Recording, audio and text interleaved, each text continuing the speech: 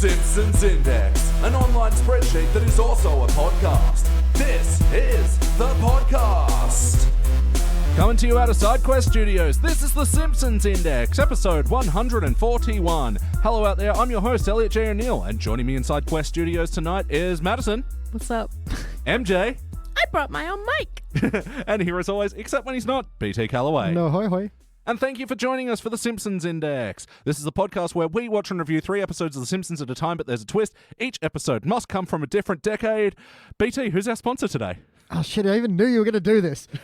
Blue meth. If you haven't tried meth yet, get the best with Blue. Here, I thought you were going to go with the one that was the running joke throughout the episode there. What, NASCAR? No, Axe body spray? Yeah.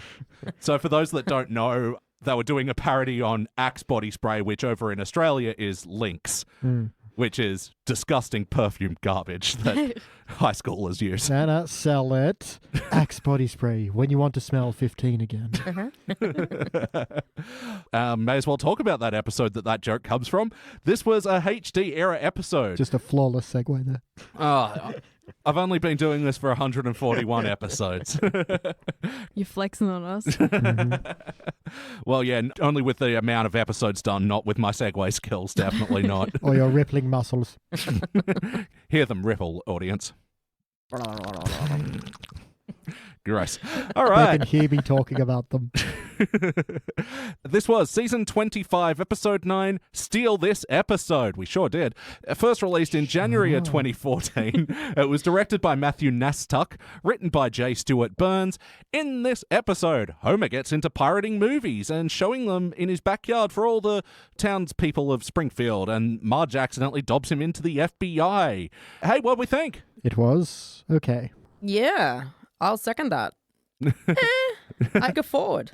There was a moment. Yeah. It's about 3, but yeah. Yeah, I didn't think this one was a bad one. This one, actually, I was saying before we watched this, it usually ranks in of people's lists that they put together of post-classic Simpsons episodes. This one usually gets a mention in. I think that's just how low the standard is, though. Depends what they mean by post-classic. Yeah, generally anything after season 15. Okay. But yeah, I mean, in comparison to the last HD era episodes, do you think this one was an improvement at least? It definitely rates. Yeah. Yeah, I will say. For sure, yeah. It was coherent. There was a beginning, middle, and end. There was a conflict. There were things. There was a story. It was non sequitur. There was an some episode. lols. Yeah, you could make a movie out of this episode. Aha, please don't. Potentially. And they did. Only if it's illegally pirated. Yes. All right, we'll start with you, BT. For better or worse, what's a moment that stands out to you from this episode? Man, just the weird kind of roller coaster ride, because I'm like, okay, so they're kind of just doing the same thing as when Homer's stealing cable, only updated for the modern day. All right, yeah. I can get on board with that, but then they kind of then didn't, because it got so much bigger, because, you know, then Hollywood come in, the FBI kick their door down. It's like, I kind of wish it was just that smaller story, but I suppose you've already done the small, so mixed feelings on that is all I can really say. And then we briefly then cut into The Fugitive again. Really? Yeah, with a train crash. Oh, okay. Yeah, they've done that for Who Shot Mr. Burns as well. Oh, right. Totally. That's the bit where the truck tips over in the crusty Yep. burger drive-thru. Drive-thru. Yeah. But yeah, I think they'd already peaked with fugitive references with, Milhouse. Oh, and, yeah, for sure. I didn't do anything. I don't care. Just mixed feelings on whether or not this should have been more like that episode or less like it. But Well, yeah, you're right.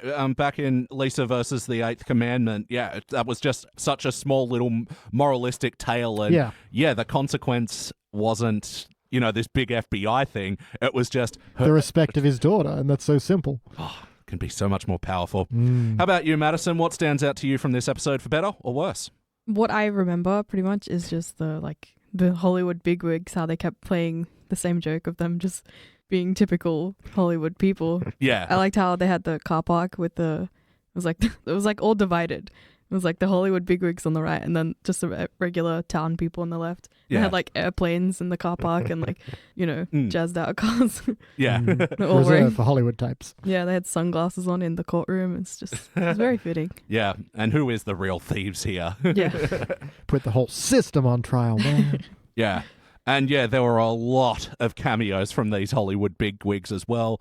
Of course, Judd Apatow playing himself. I thought he did quite good. Definitely. Superman does quake, dude. Judd Apatow does well. Does he, though? Depends who you ask. Yeah, I like that call on him that, yeah, he wrote a loose script and got his friends to ad-lib it. And Yep. yeah, but yeah, being that there's so many guest stars, we'll sort of tick them off as we go. We'll get back to that. But for now, MJ, what stands out to you for better or worse? Oh, I've got to say the Iron Man crossover. Iron Man, Radioactive Man. Well, I don't know. I'm not sure if it's Iron Man or... It's a little bit of amalgamation. Probably would have been like... A little if bit it was, X-Men as well, when it erased the previous movies. If it was released kind of nowadays, it would have to be Endgame. Yeah, yeah. From the Radioactive Man cinematic universe. Yeah. And do I even need to mention Judas Priest? And the subsequent apology in the next episode that they were forced to write with Bart's the blackboard gag. Yeah, yeah. Judas Priest is not death metal. Yeah. All right. The metal community came out in droves. Oh, yeah. Because then they're right. Judas Priest is not death metal. Nope. Yeah, but I also don't expect The Simpsons to know that. No, but it's one of these things, like, as a metal fan as well, like there's a similar joke in Scrubs where there's a mailman or whatever, and he says he's into speed metal, and he never once listens to a speed metal song. One of them's Disturbed, for fuck's sake. Yeah, I love disappointment metal. That is disappointment metal, yeah. Heard Disturbed refer to as wrestling metal as well. Yeah, that makes sense. If you can imagine Stone Cold walking to the ring with it. Yeah. Definitely. But yeah, Rob Halford from Judas Priest playing himself. Mm-hmm. Yeah, he did really well. I like his little... Respecting the law. Respecting the law. And yeah, he can still hit those fucking high Rob Halford notes. Oh my God. Even like, I saw him at Soundwave a couple of years ago, and yeah, that was fucking cool. Coming up onto the stage on his fucking Harley and... Oh, dude. Wow. And yeah, being 70 bajillion years old. Right. And still kicking way more ass than half the bands I saw that day. Yeah, totally. All right, and yeah, what stands out to me for better or worse? I liked where they were going for the conflict of the Marge and Homer story that, Marge was just trying to be typical Marge and, everything's sunshine and rainbows and there won't be any repercussions for that. Gets me in trouble with the law. But yeah, of course, one Hollywood producer snorting what we can only assume is coke with that check. Gas, what? Cocaine in Hollywood? Never. That, yeah, despite looking like he would ignore it, the letter that he did pick it up and take it to the unnecessarily elaborate film piracy division of the FBI. Yeah, I thought I gave the story some sort of drive anyway, because, it's hard to know where they were going with it. But it did feel like, I don't know, it felt like it was kind of over a bit too quickly for me. Which bit? The whole shebang? Oh, just the whole hunt for arc. Homer? Yeah. Yeah, it seemed to resolve a bit too quickly. Yeah, they caught him immediately, and then he's immediately in prison, and Yeah, he's immediately confessing. Yeah, I don't know. Yeah. Not an episode that I disenjoyed. I'm a good podcaster. I'll allow it. You speak words nice. Play count. How many times before today have you seen this episode? Just today. Once before. I refuse to answer on grounds it may incriminate me. Good old Fifth Amendment. Yep. Just import that one and leave all the other ones. Yeah, despite liking this episode, I've probably only seen it like 2 times or whatever.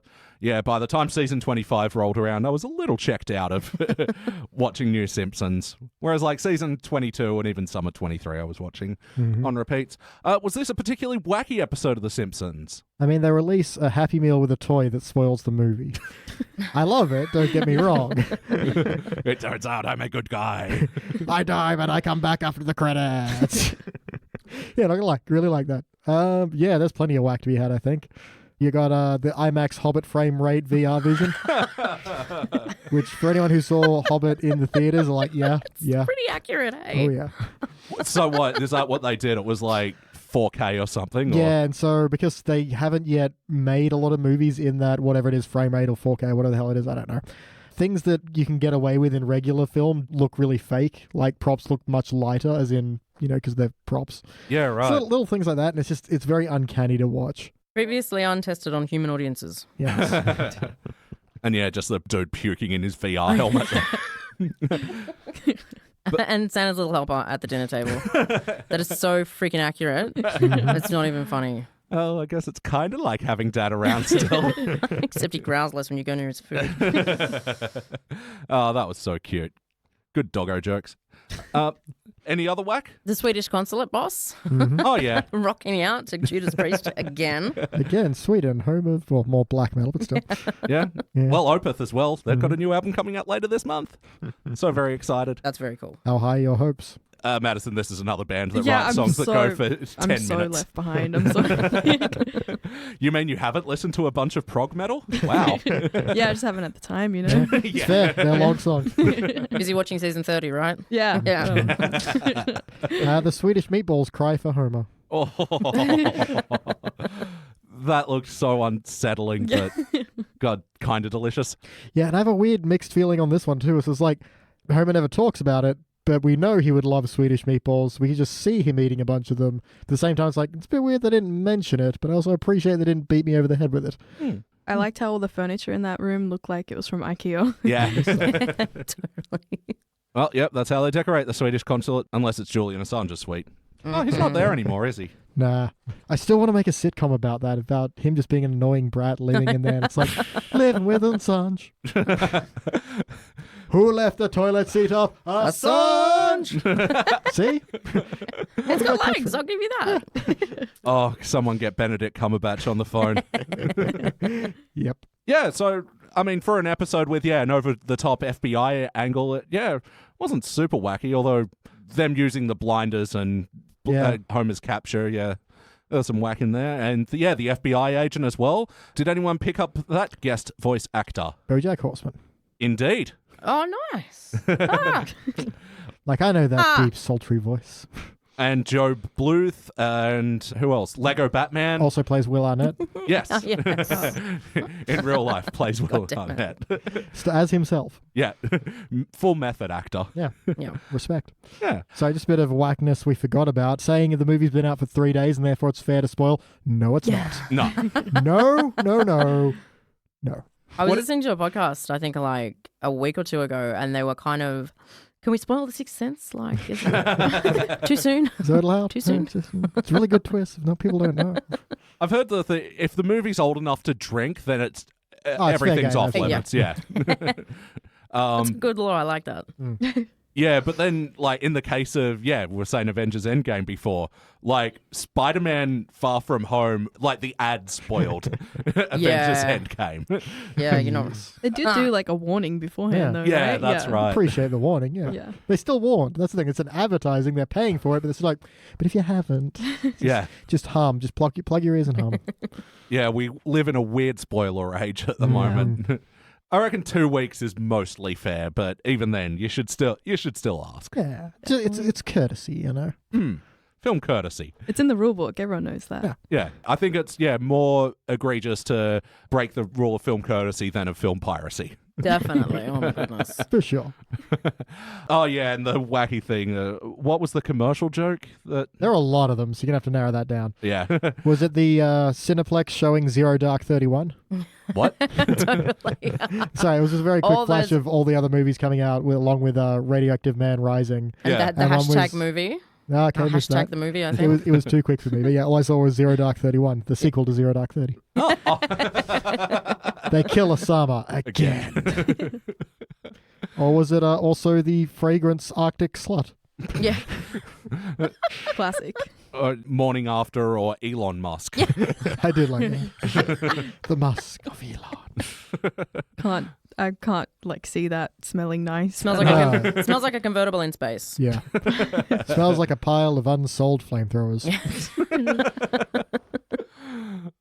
One of my favorite stories is there was someone that was meant to be recording with Grimes, and she just had to awkwardly sit around the house because Elon Musk had too much acid and needed Grimes to look after him.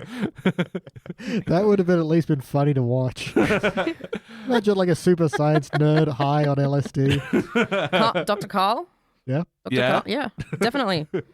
But at least you know with him that he's not like being reassured by his 19-year-old girlfriend. No, that's There is true. a bring down. He's just going to freak himself out with his own shirt. Is this shirt moving? So I'm sure there's a lot more whack to talk about, but how about the heart of this episode? Did you guys feel any heartfelt moments? Kind of. not entirely. Like that bit where Marge gives him a bit of boost of confidence because Homer's resigned to his fate because Marge doesn't believe in him, and he's just like, all right, I'll just go to prison. She's like, no, you have to fight. And he even has the line of, but since my wife believed in me 1 minute ago. So that was, I wouldn't say I was moved, but I was very slightly nudged. Yeah, I just keep thinking of Stand By Your Man. She's got nothing a lot of the time. But no, she brought it together at the end, and I think I'm sold with the resolution as well that the Hollywood people were moved just to buy the rights to his movie. Yeah. That was a good out. That was good. Because, often with the HD era, we're like, they didn't know how to end this one. Yeah, I felt like they had a solid idea for this. Agreed. Yeah. It wrapped up within the allotted, 24 minutes? 23 minutes these days? And this one was long. We went straight to Oh, we episode. did. That's We didn't true. even There was have no a couch couch. gag. Yeah. Yeah, had to make way for all that NASCAR footage. Yes. Yeah. All 4 minutes of it. Yeah. And this is exactly how you download illegally. Which I thought was a good bit for them to return to. I only like the very last reprise at the end. Oh, yeah? And the real thief is for... But yeah, I think we hit on the Homer and Marge sort of dynamic of it all. And the Marge only feeling like genuine sorrow and guilt when, Homer got in trouble because he was doing a good thing. Yeah, it was bringing people together. She didn't mean it. Yeah, she was just being lovely Marge. Ugh. Typical. Typical lovely Marge. And with lovely handwriting, I want to stop and read that full note as well. Looks really good. But ultimately, did this feel like an episode of The Simpsons? Is this a show we all know and love? Yeah, I guess it didn't commit any terrible, character sins. Mm? It did for me, but the only thing I kind of want to, squint my eyes a little bit at is that it's so freaking bright these days. It was so freaking bright. Different aspect ratio, perhaps? Yeah. I'm not too sure, but it looks really flat as compared to kind of mid-era episodes. Like there's no depth on the screen. It's like they're all kind of sitting in. Anyway, that's just me. I'm not a freaking art director. Yeah, just a directing fault, I think. We've hit on it before that, the older Simpsons did have like a warm sort of warmer tone to it. Definitely. Like their yellow skin was just like a little bit more orange than it is now. And it is still weird, getting used to that widescreen thing, even though it's been the standard for so many years now. And the lining is thinner, like the black outlines. Yeah. Little things. Little things. So many Which you notice changes. after 30 years. You do. But I don't know. I don't have any problems with the characters. I think Homer was himself, Marge was herself. Mm-hmm. I do like even Bart's explanation. Homer's like, Bart, how did you know how to download that movie? I'm under 30. Yeah. Yeah. Succinct. Sorry. Academy Award winner Bart Simpson. Oh, that's right. Yeah, sorry, I forgot about that. 2 episodes ago, we reviewed an episode where Bart won an Academy Award. And several other awards as well. Yeah, Good on him. So I have to use his full title. It's only fair. In episodes post that one. Yeah. He won, what was it for? Angry Dad the Movie, Yeah. which was a short film. Yeah. Anyway. Is it Still one an of, the, one of the sequels to Homer in the Shower and Homer on the Toilet? It's not the Eternal Struggle Part 2. No. Well, see, that what I would have paid for. Yes or no, would you watch this one again? Yeah. Yeah. I mean, only hangover test. There's nothing else to be mined from this one. Yeah. So if I'm cozy and it's on, and it's fine, whatever. All right. Yeah, we might watch it again, and we'd like to think about what episodes we'd pair this with. What other Simpsons episodes kind of remind you of this one? Just movies. Go into the movies. They Yeah. do that plenty. So put it with the redeadening, the bloodening, Cosmic Wars, mentions of Cosmic Wars. Yeah, there's one where there's the movie trivia and they don't end up seeing the movie and Homer takes off his shirt and spazzes out in the movie theater because there's too many previews. Yeah, that's right. Homer versus commercials, yeah. Yeah. Any other death metal cameos?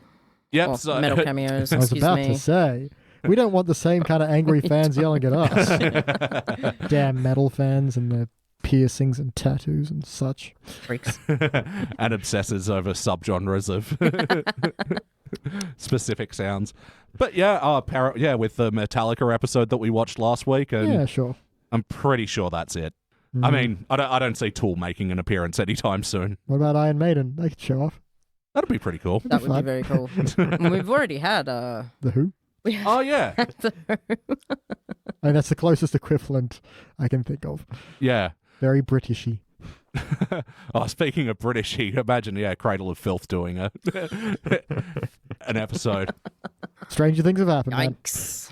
They're actually a funny band like that where, they're like super satanic looking and, they do the corpse paint and they have elaborate costumes and stuff, but Fun. all the backstage footage of them is just like drinking tea and stuff. And like even Danny Filth, the lead singer, who's like, all very prim and proper backstage. And there was one interview where the guitarist or whatever was like, "Are you filming this?" "All right, because I don't want my mum to know I smoke." That was Adrian, the drummer. Yeah. Oh. That's Wow. adorable. She still controls my allowance. BT, what would you change? Oh, man. I would make it funnier. Yep. And that's about it. So everything else Fair is enough. fine. I don't have a problem. Or at least, or more heart, or more something. Homer's only lesson is that Marge has learned the lesson that she needs to blindly support him, which she usually does anyway. And again, she didn't mean anything by it. So, mixed feels on that. But, I was not having too many laughs. And I would enjoy some. No, that's a really good point. I think the thing that impresses me about this episode in comparison to most HD era ones is it's a serviceable story. Yeah, and it is. And that's kind of the letdown for me is, the lack of any real payoff or feels or laughs from it. Yeah. At least for me. I might be broken. How about you, Maddison? What would you like to change? I don't really have anything specific, but the whole episode didn't feel like anything. Like it was just a bit shit. I'm not gonna lie, but it was still entertaining to a point. It was just more of it being it's a dead joke. Everybody's been joking about this for years now about how movie piracy is bad. Even 5 years ago, it Yeah. was a bit of a done bit. Yeah, I don't know. I'm over it. Yeah. Well, no, I think they even call attention to it where, their film piracy division had that sign that had VHS taping crossed out, DVD piracy crossed out. Yeah. And Internet downloading. Yeah. Torrenting is the new thing. How about you, MJ? What would you like to change? I would like to see the scene involving Channing Tatum and the gravy milkshake injections. I know, just a critical part of the episode they left out. Right. They left it out. And again, another guest star, Channing Tatum, playing himself. Did he even say it? He was in that speech at the end, wasn't he? Yeah, Okay. yeah. I don't know if they made him actually take gravy injections for the voice acting role. The question is, did he keep his shirt on, or does it just come off by default? Is it in contract that if he appears, his shirt must not? Yeah, that's I'm just curious. How does Him this and work? Chris Evans, I'm pretty sure. Just contractually obligated to lose their That's shirts. Are we complaining though? Hell no. I don't know. He looks like a potato. It depends how you feel about potatoes. Love him. It's true, I do like potatoes, come to think of it. All right, Channing, you can wear no shirt. It's been ordained. Sorry, I'm just picturing Channing Tatum as a potato in Magic Mike. Yeah, you draw abs on a potato and you can't tell the difference. Spot the difference. Oh, God. Now try to not think about that as I think Yeah, about don't think what... about potatoes. As for what I'd change... Damn, that point about the jokes is a very good one because, like I said, story serviceable. I didn't mind the turn, so that's usually what I get to complain about, but... Yeah, more funny. I mean, because I liked a lot of the observations they were making about modern cinema as well. I think I agree with you, Maddison, that, a lot of their points about piracy and whatever, it's a bit trite now. And it didn't really feel like they had a message on it, and they totally did bail out of it, but with Lisa at the end going, the real good guys are stare-to-screen NASCAR. All right, any more guest stars? My goodness. Leslie Mann playing a Leslie Mann type in the Judd Apatow movie. Seth Rogen doing his laughing thing. It gets me every time. It is infectious. Paul Rudd was playing a Paul Rudd type as that's well. right. Mm-hmm. Oh, old mate Kevin Michael Richardson had a couple of spots in this episode as Hammer. Yeah, that is all of them. So I did have a quick extra bit I just realized I did want to change. When we go to the FBI, let's get back another X-Files crossover where Mulder and Scully hunt Homer as part of the piracy division. Amen. Yeah. Yeah, what are those two doing these days? She's in a bunch of stuff. He got treated for sex addiction. So I mean, I'm not surprised, to be honest. She actually played a role, a fantastic co-star against Mads Mikkelsen in Hannibal. yep. Oh, really? Yeah. Bang on. That's- She's very for good, real. yes. Is that her in Sex Education, that series on Netflix? I don't know. I haven't seen that one. It's not bad. I think it is. Yeah, I remember seeing ads for that going, is that... Yeah. uh, She's the only reason I watched it, to be honest. Yeah. Gillian Anderson is a good reason to do anything. Oh, yeah. Yep, adding that one to the list when we finish up the podcast. But for now, I must ask, BT, do you have any other notes? Indeed, I do. I do like the little burn they put on James Bond. It's like, I like that James Bond doesn't have any gadgets anymore. And doesn't he's say ugly. Quippy things. It's like, yeah, like there's a bit in, which one is it? Spectrum? Skyfall. Fucking Skyfall, which people loved and I thought was stupid. But there's a bit where it's like, here's your pistol. It's got some extra gun thing about it. And he's like, oh, is this everything? He's like, well, what did you want? A laser that shoots out of your watch? And I was like, yes! Yes, that's what we want! Why would you make that a joke? I want laser watches! Laser things! You remember how And, fucking cool that was in the GoldenEye video game? Yeah, and then they kicked me out of the cinema. And if I had my laser popcorn, they wouldn't have been able to. I do like Cosmic Wars has a thing that says, due to a tight lapse in the space-time continuum, Cosmic Wars 1, 2, and 3 never happened. Yay! Yeah. My childhood is unruined. Dreams come true. And finally, it's a very tiny nitpick, but Homer drops a plate and the wrong kind of Foley plate breaking sound plays. So it wasn't just me. Yeah. Because I know I've been like very in deep in Foley lately, and I was just like, have I become ruined for sound now? I know, it was such a bizarre little thing because they were in a tiny room and it sounded like it dropped in a big echoey room as well. Like, I know, it's so nitpicky and... But they thought Yeah. no one would notice, and we noticed. You sure that wasn't deliberate sound design? Kind of I am sure. An ironic plate drop, if you will. No, I know irony. What's irony sounds like? A little bit like vanilla pudding. Okay, good. Yeah, I do like a good bit of like... False Foley. Yeah. Like, fucking, I can't believe I'm going to reference it. But there's like this scene in Juice Bigelow where someone like jumps into a water and makes a big splash, but it just fully does one of these ones. Yeah. That was a really good sound. Wow. Yeah, nice one on that. I won't lie, it only works 1 out of 4 times. So like, Yeah, but you got it when you needed it. Yeah. It wasn't flick your cheek, flick out. No, one more time. Ow, ow. How about you, MJ? Any other notes? Just the Axe body spray. Yep. And the fact that it was Ask in the show. Mm. I have 2 people at work that do that. Yeah. Why don't you go ask him then? Oh. Bitch, I might. Just want to ask you a question. How about you, Maddison? Any other bits from the show? At the start, I feel like they could have dragged it out a bit more with because it's still relevant today with how you have to watch stuff immediately Yeah. in order to not get spoiled. Yeah, I don't know. I feel like they could have dragged that out a bit more. Yeah, I wanted a bit more superhero commentary, actually, as well, because, yeah, it is still surprisingly relevant. And, yeah, 2014, so this would have been, like, as the MCU was kicking off. Yeah. Yeah. So, yeah, we've probably had Avengers 1 by this mid-swing, point. Yeah. All right, well, it's time for my final notes. Now it's time for his final notes. Elliot's final notes. Notes. So it undoes the events of the last movie, so it's a reboot, deboot. Yeah, that was very X-Men. Yeah. Like, so it undoes these movies, but not these movies. And Well, we're in the midst, like, we're about to have a bunch of movies that do yeah, that. no, we've already had a couple. We've had Halloween that undid itself. We're about to have Terminator. I have such mixed feelings on that. I don't know how. It's It's a grandfather paradox. I know, but Yeah. it's already I go got time travel and paradoxes. I go into the past, kill my grandfather. Father's not born. I don't go into the past. Don't kill my grandfather. Yeah. Father is born. Remember, if you ever travel back in time for any reason, don't touch anything. Just one tiny little insignificant mosquito. There was a weird reoccurring Raiders fan with a baby. Yeah. Why was it that? I don't know what this Again, was. I like the reprise more than I like the original. Yeah. Weird. I don't know what the joke is, but yeah. The FBI guy's like, all right, I need to find the guy who I'm going to stage the prison suicide of. That's, yeah. A little too Big topically yikes. relevant, but Yeah, put that on. Simpsons predicted it. And can you imagine a grip without a jet ski? grip without a jet ski is hardly a grip at all. Mm-hmm. Let's rank this thing. On the Simpsons Index, we rank using our 6-point scale, which starts down the bottom at failure. Maybe if the episode was just meh, you give it participant. But for the positive rankings, you got okay bronze, good silver, excellent gold, but for the best of the very best, you give cubic zirconia. I'm going to go first. Let me show you how it's done.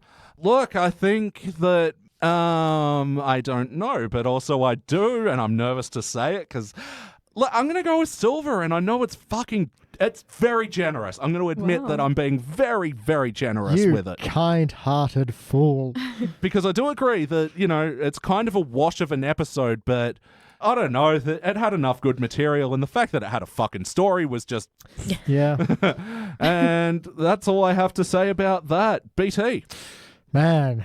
I mean, I know what you say. It's difficult. I am skirting the Patissa Bronze border. However, I just can't, in good conscience, reward mediocrity. And that's as good as this gets. It's mediocre. It is okay-ish. It is lower than meh. It is a participant from me. Oh, and wow. that's tough. I mean, I feel like there's nothing to take away from this. I feel there's no reason for me to watch it again or think about it ever. I don't want to, because it is, like you said, it has a coherent story. It has an A to B to C. It flows. I just don't feel like there's anything else there, and that's not enough. Fair enough. That's just not enough. Madison. I've decided I'll give it a bronze. Okay. Ooh, discourse. Yeah, a shaky bronze, that is. I don't know. It's not a bronze that's on solid ground. No, it's just a... There's still a time code on it. And MJ, finish it off. I'm all about awarding mediocrity. I'm going to throw it at silver simply because the bar has been lowered. It's such a low bar at this point. Damn it, James Cameron raised the bar. Yeah. Who's that? South It's him, Park. James Cameron. Weird South Park cut. All right. Fuck. What does that I make know. it now? I think that becomes a dull silver. Okay, so that would be straight bronze. No, I think it's just I'm sorry I made you do math. You know I would never do that intentionally. I know, man. You're looking out for me. Yeah. Sorry, I will just do a quick bit of math just to make sure that the numbers Oh are God, right. what have I done? All right, well, averaging out, had to do a bit of complicated maths, but this will make this a shiny bronze. And it'll be joining another episode from season 25, The War of Art. This is actually a really cool story where Homer and Marge buy a bit of art from Van Houten's garage sale. And yeah, they sold it to him for like $10, turns out to be worth a lot. And then it turns out that that was actually a forgery. It's a roller coaster. But yeah, other such half-decent episodes from the HD era as The Real Housewives of Fat Tony, when Fat Tony gets married to Selma.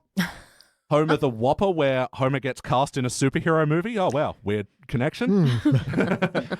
And also The Book Job, where Homer and Bart and Selma and Professor Frink and Neil Gaiman write a bestseller. And So that's a fun one. yeah, especially Neil Gaiman. Neil himself. Yeah, Neil Gaiman kills it in that He episode. really does.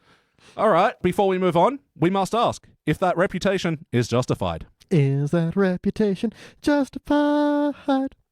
Bing. Dennis Perkins of the AV Club. Dennis the Wildcard Perkins. He gave this episode a B. So that's roughly where we went on it. Hey, nice. And he says, the strongest episode of Simpsons' 25th season so far, and by far. Still, this episode avoids a few pitfalls the show has been more prone to stumble into in the later years, provides a double handful of funny lines and gags, and actually seems invested in telling a coherent story from beginning to end. Not classic Simpsons by any yardstick, but certainly a welcome respite from what has been a streak of fairly dire late-run episodes. I think, much like our opinion, it's just it's okay. Thank the Lord. Which, yeah, I can imagine for him, week after week, for the AV Club having to review this thing. What are you talking about? We do this week after week. We don't have to imagine it. We live it. All right, let's move on to the teens era, where we're going to review an episode called Fat Man and Little Boy. Does anyone know what this episode is based on title alone? The creation of the nuclear bomb. What? Yeah, Fat Man and Little Boy were the nicknames for the nuclear weapons. Are you shitting me? No, that's literally, they dropped Fat Boy, I think was on Nagasaki, and Little Boy was Hiroshima, I think. I might have those backwards. Oh, no. Yeah. History, man. It's the worst place to live. Freaking, that's really dark. Well, this is just a cute little story about Bart making T-shirts. It's not that at all. What? There are no nuclear weapons? I was lied to. Well, maybe we'll see when we come back.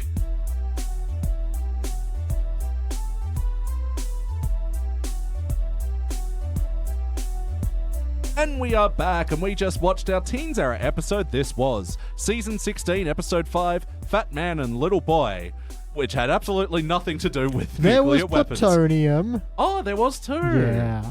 Ah. You lied to me. You said there was no plutonium. Oh, there we go. There was a loose connection to that.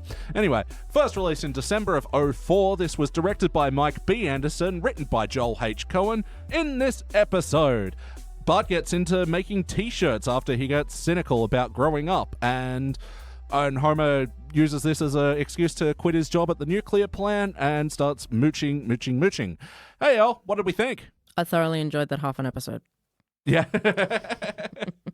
Yeah, it definitely did hit a point. I literally wrote the note, so where are we going with this? Yeah. Because we're technically in third act and there's nothing really left. But no, until then, and even the very last sting, yeah, pretty good. Yeah, I really enjoyed the jokes in this one. I thought the story was a bit of nonsense, but who cares? I'm having a fun time. It's a joke factory. It was a bit of fluff. Yeah. Yeah. Fluffy fluff. Fluffy. All right, well, let's hook into our review. Madison, for better or worse, what's something that stands out to you from this episode? The first minute, I don't know, I feel like it was very accurate, the brother-sister relationship. Yeah? I feel like I've lived that in real life, being spitballs. Yeah. Spitballs coming at you like And it's then- Omaha Beach. Yeah, and then the manipulation of where Lisa's like, oh, I bet you can't twist it. And then he's like, I can do it, I'm great. I really like when she's like, you're in big trouble. I'm bleeding, as in everything's fine until you bleed. And Yeah. then it's like, no, now you're screwed. Yeah, It's all fun and games until someone draws first blood. Then it's Rambo. pretty much, yeah. Yeah, she can't physically overpower him, but she has learnt ways to, mentally fuck with him. As all sisters have. Learn from the Sisters Handbook. Yeah. Yeah, and I enjoyed that opening scene as well. Janie and Lisa as well doing that clapping game with Yeah.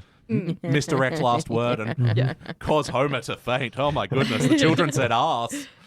His little girl may have said the naughty word for bottom. Can't have that. When I grew up, it was Mary had a canary. Yeah? Peter had a duck.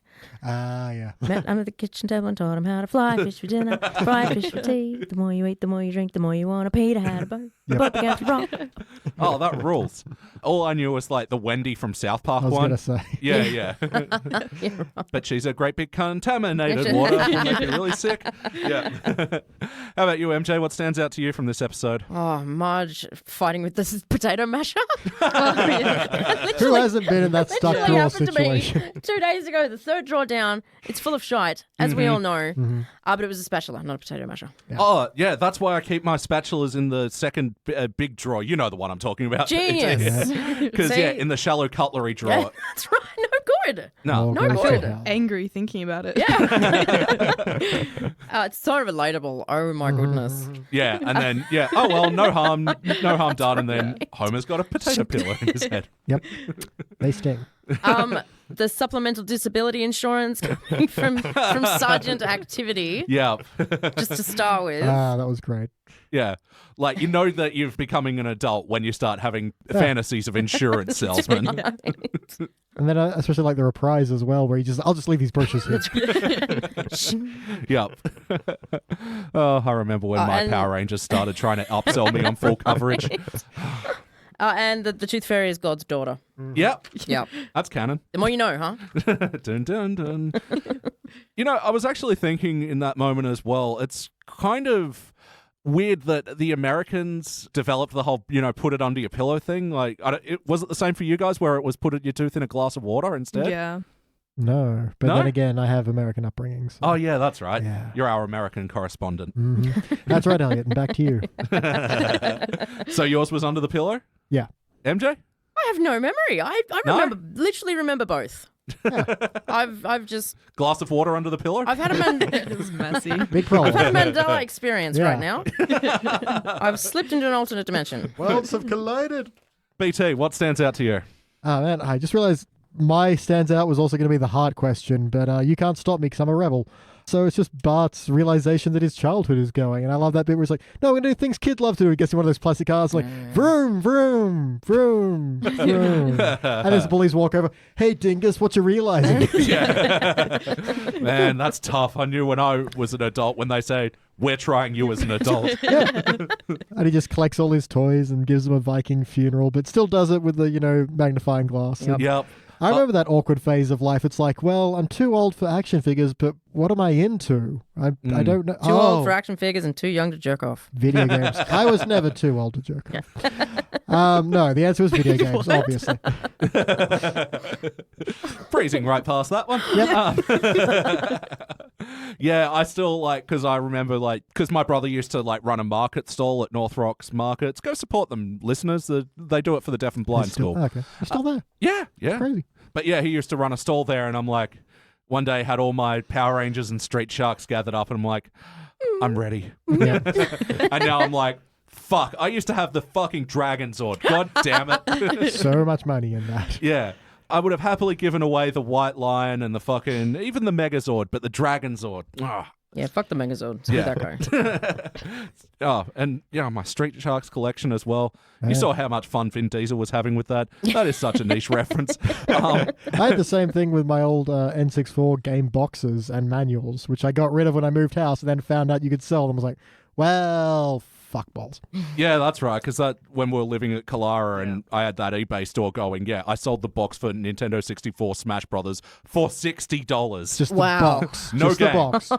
And my shit was pristine, and I still... But Bart doing the Viking funeral, set to Kansas, Dust in the Wind. Yeah.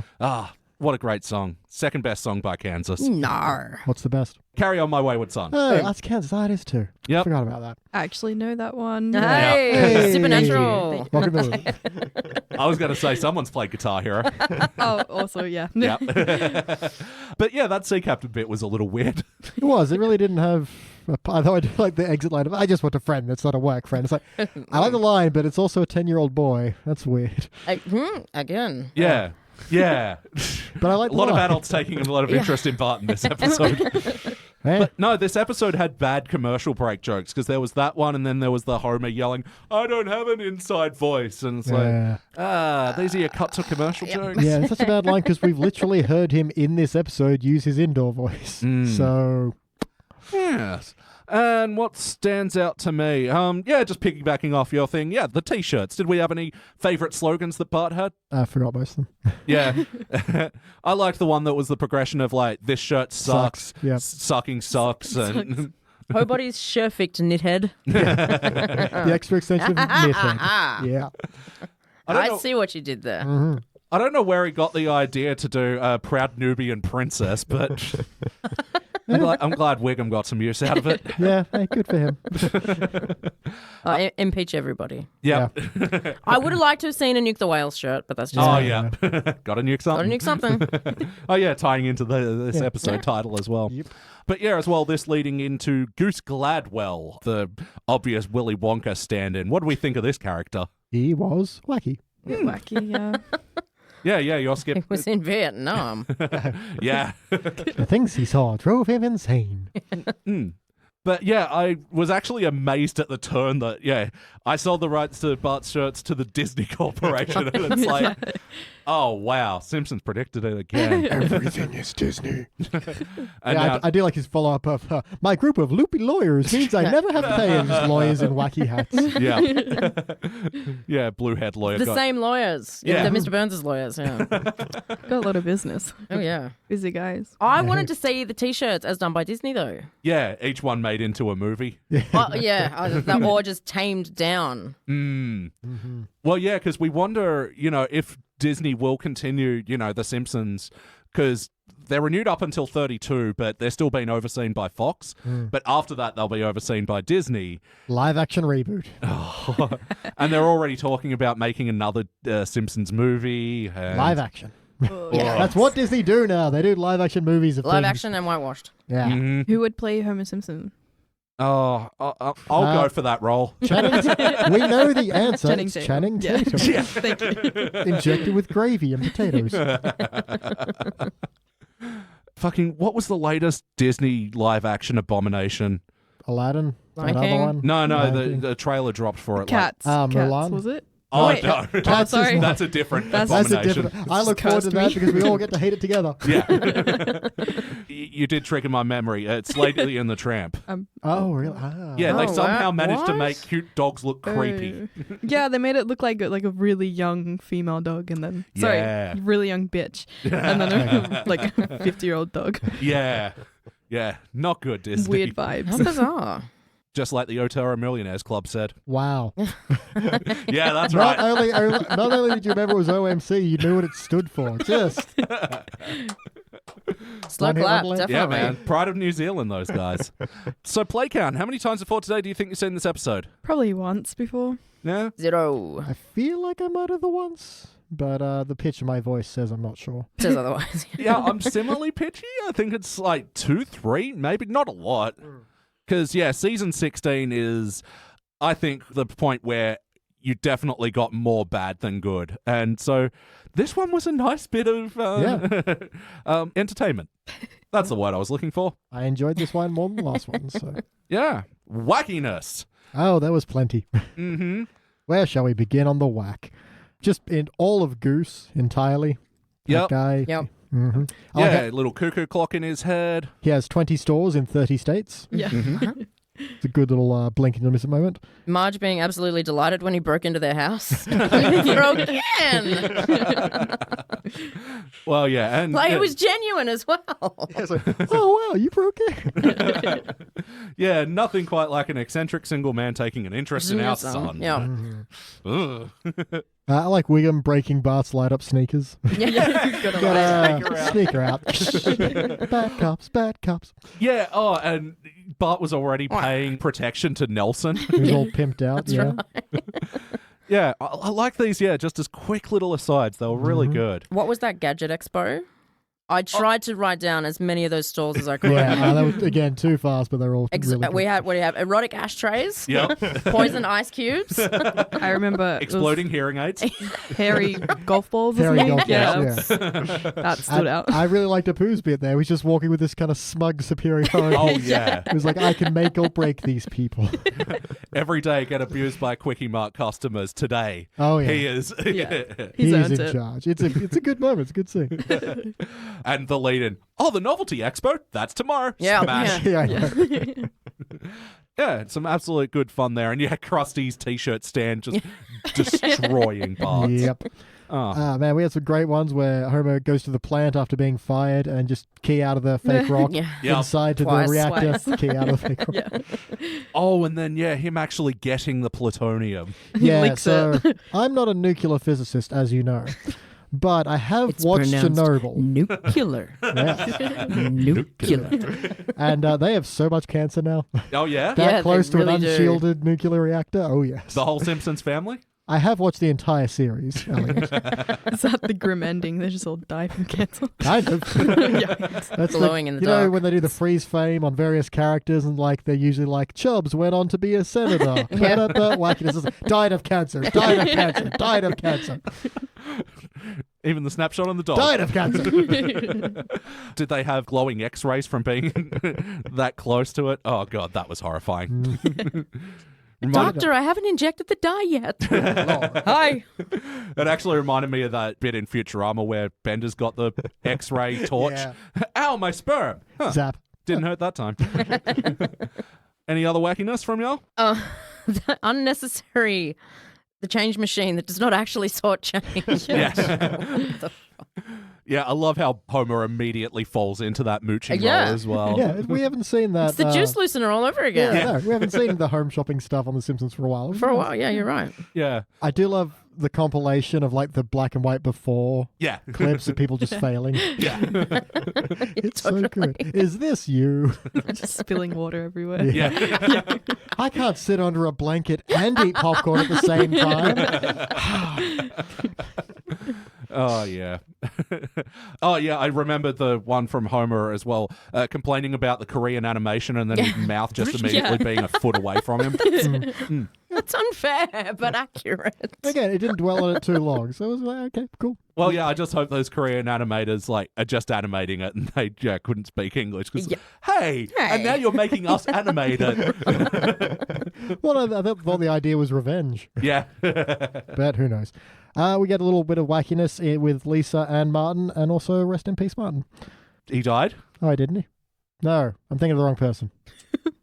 The voice actor. No, but yeah, they'll probably be retiring Martin now. But yeah, his voice actor Have passed we away. mentioned that in Index? I can't remember. Yeah, we did. I think when that guy was on. You know that guy. Oh, that guy. Always wore a shirt. Yeah. Yeah.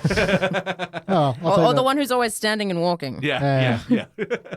Strange guy. Rory Calhoun. I'll take that again. No, I think it actually might have been last week's episode with Craig that was mentioned. Okay. But actually, recently as well, just quickly mention that, Valerie Harper passed away. That's what I was thinking of. She did about 6 episodes in the HD era, always like bit characters, but I think we always said she did a fine job, and she was best known for playing Rhoda in the Mary Tyler Moore Show. So, Valerie Harper. But a bit of Lisa versus Martin, and Martin's built this robot, and the robot's just like, don't hold my hand, it's creepy. Some chum he is. Yeah. I guess this is actually where the episode kind of disappoints me, that it's sort of setting up that there's going to be more of a Lisa story, but it just kind of peters out. It kind of just drifts away from the Bart t-shirt thing and then comes back to it anyway. And neither of them is kind of complete. That's why I was so happy with my half episode. Absolutely. And I at least wanted to see who defeated last year's winner with a jar of owl pellets for the science fair. That's got Ralph written all over it. Sympathy win.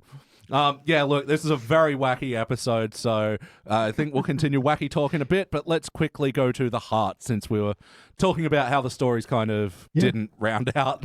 Hey, just at the end where Bart's just like, I thought I was, finally an adult, but I'm still just a stupid kid. And it's like, that gets me in some kind of feels. Yeah. For me, it's Homer playing with Lisa. Yeah, that was Oh, adorable. And actually enjoying it for a change. Yeah. Well, he just turned her little cute story about a Malibu Stacy going to the organic market and just went all fast and furious in space with it. Running over Flanders. His flip-flops. I like that you joke about that and then give it a few more movies and they'll be in space. Oh, yeah. Someone's going to drive around this asteroid and they'll collide with Earth, but who could be extreme enough? There's got to be an Elon Musk reference in there I somewhere. was just about to say, they hop into Elon Musk fucking Sky Tesla, whatever. Space Vertible. Who would be crazy enough to put a car into space? I think I might be your guy. Sponsored by Axe Body Spray. When you're in space, no one can hear you smell. Wait, I fucked that up entirely. Or did I? All right, check out this little segue. So, Hobbs and Shaw, there was a weird joke about Calvin and Hobbs in this episode. Yes. Mo going, have you got one of Calvin peeing on Hobbs? No. What? What do you have got? him peeing on? What? Yeah, there's an interesting trademark thing with that where the guy who draws Calvin and Hobbs had the opportunity to sue the person who drew that Calvin peeing logo. He just didn't. He was like, no, that's cool. I mean, I don't like it, but yeah. What a good guy. Yeah, good guy, Calvin Hobbs dude. This is a thing? Yeah. Yeah, Calvin peeing on things like it was like one of those bumper sticker kind of things. It was really big, and the guy who drew the original comic had the opportunity to sue and just decided not to. He's like, I don't like what you've done, but I feel like it's a big enough cartoon now that it kind of belongs to everyone a little bit. Yeah, right. Yeah, Good guy. yes. Wow, much more respect rather than fucking Leonardo da Vinci, who, got all up in arms about Who came back from the grave to sue people. Mona Lisa taking dumps. Yep. I don't know. I would do that if I had the power. Seriously. Sue. And I want to get myself an Itchy Poochie shirt. Oh, yeah. SpongeBob Ultimate Itch crossover. Pants, SpongeBob Itch Pants. Osama bin Scratchy. Yeah, really cool variants there. Austin Powers Itchy. Yes. All your favorites. It's so typical of that. And I think it speaks volumes that we've moved on from the heart so quickly. But But it wasn't going for it. So It was there, but it really wasn't. Little some moments, but they were mostly in jokes of your action figures selling you insurance. Yeah, and growing up and realizing, and fucking having people giving you a gift of making a donation in your name. Come on. Bit stingy. Yeah. A donation has been made in your name to the Human Fund. Classic Seinfeld. That was like, only about 5 years before this episode. I always think of Seinfeld as like this ancient thing, but Yeah. there were jokes about email in it. I'm getting What's distracted. the deal with it, though? Ultimately, though, did it feel like an episode of The Simpsons? Yeah, sure. Homer effectively gets a new job. A mooching job? Yeah. Wackiness ensues. Yeah. Well, the characters themselves, do you reckon there were any integrity breaks? Homer quits his job, doesn't get it back at the end, and yet everything resets to zero. That's very Simpsons. Well, at this point, anyway. Yeah, yeah. They used to do the legwork, but nope. Nope. And Chum is never seen or heard from again. Mm. Yeah, perfect. Yeah, that's right. Yeah, it's such a shame. I really wish there was a conclusion and with the Lisa thing and coming together with Bart at the end, but they just sort of ran out of time with this one. Yeah. Yes or no, would you watch this one again? Yeah. Pass the hangover test. Certainly. Yeah, we might watch it again. We'll put it in a playlist. What playlist would this go in? Gilded Truffle appearances. Definitely.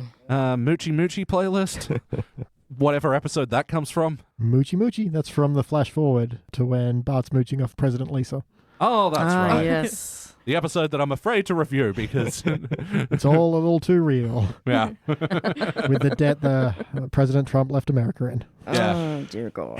Yeah, it's the same as that episode where Sideshow Bob becomes mayor. A little too real. Yep, not ready. We were watching the other day and I literally had to yell at the screen 3 times. It was too real. Oh, it was Futurama, Decision 3012.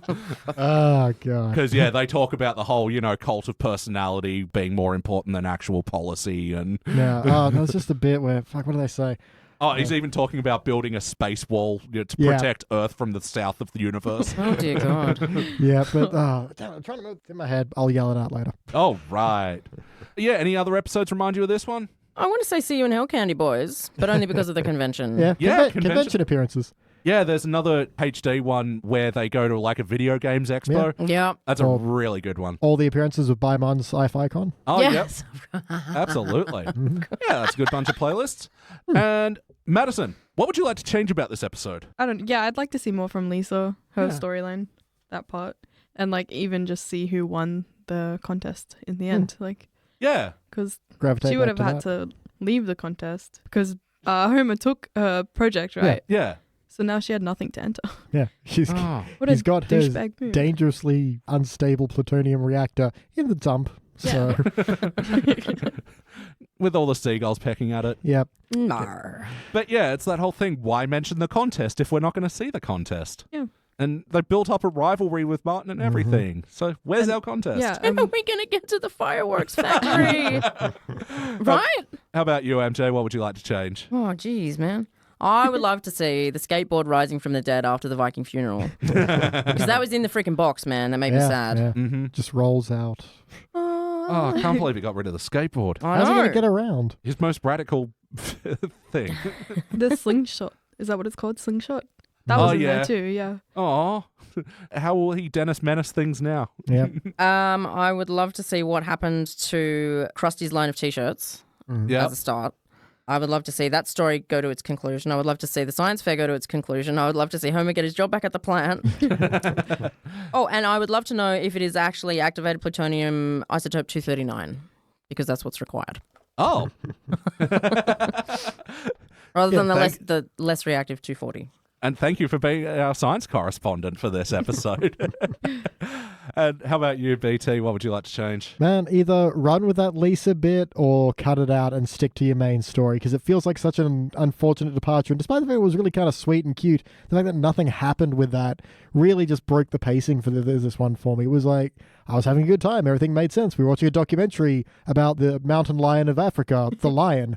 Yeah. And that was a great bit. And I'm like, okay, this is what we're doing. And then it just steered away from that and then came back to it to either stay there or build something else. It felt like filler, which was really unfortunate for something that had a lot of potential. Yeah, and just speaking of the African line bit as well, featured the one guest star for this episode. Meryl Streep. Yeah, playing the male documentarian. Well, she probably She's could. very versatile. Eric Idle returning as Declan Desmond, Yeah. a somewhat recurring character. Oh, that's just delightful. I did not know that. So yeah, they've had Eric Idle in to do that like 7 times over the course of the series. Yeah. Eric Idle never left. Oh, what would I change? Yeah, I've said it. Round out the Lisa story, or at least set it up a bit better. You know, we've got this thing of Bart becoming an adult and Lisa still being a kid, like Homer doing kid stuff with her. Like, I think there's It's a a bit good more to parallel, mind. yeah. A bit more to mind about that. And like, you know, we've got Bart having a business and growing up and all that. And yeah, so having Homer be living out more childhood stuff with Lisa would have been a bit more fun. But yeah, it's like this episode just didn't have time Yeah, for like it. maybe Bart then gets jealous of all their fun and Yeah. knows, hey, you know, there are a few more years of being a kid. And That's they all it. drink lemonade. The end. All right, we're here. Madison, do you have any other notes? Not currently, I'm sorry. That's okay. MJ, do you have any other notes? All the good graves are taken. It's freaking dark, man. Yeah. Yep. And I kind of expected it to go down a I'm going to go hang out with Maggie path. Yeah. Yeah. That's not where we went. Nope. And NVM. MVM? And NVM, never mind. Oh, right, That's what the kids say these days. Oh, do they? In the memes online. You know you're an adult when you're no longer with it. Keep changing what it is. I just figured out what fleek meant, and now it's not a thing anymore. Oh, yeah. It is so bejingles right now. Bojangle indeed. Damn it, I try to sound hip and I end up making a fucking Bob Dylan reference. Hey, Bob Dylan's still cool. He is His not. mum thinks it's cool. BT, any other notes? I got plenty. I like how trying to pull Bart's tooth out, they tie it to the back of the bus and just drives into Chalmers' Camry. Oh, It's yeah. a good little misdirect. I thought it was going to be the bus drives off and it just crashes. Bart's tooth is somehow stronger, but no, I like how it smashed into Chalmers' I Camry. really thought that there would be a Hans Moleman gag in there. Yeah, Yep. yeah. Him either being behind the wheel or under the bus or... Yeah, actually, I found out the other day after doing some research that, Hans Moleman has died 26 times during the course of the show. It's fucking delightful. I honestly thought it would have been more. But yeah, going into the Chalmers car getting destroyed playlist as well. Oh, yeah. Let's The do more time of that they lift the badge off his Honda Accord. That's how you know it's a Honda. He's always so proud of his mid-range cars. Yeah. A bit of a musical moment with I'm Too Sexy by Right Fred Said Fred. Yes. Mm-hmm. Who were we talking about that the other day with? I do not remember. Oh, yeah, the one good thing. And, Oh. you know, that must have been such a depressive life, you know, being too sexy for your cat. Yeah. Having to give up your cat for an adoption. Yeah. Or just giving up your shirt. Like, I'm cold, but I'm too sexy.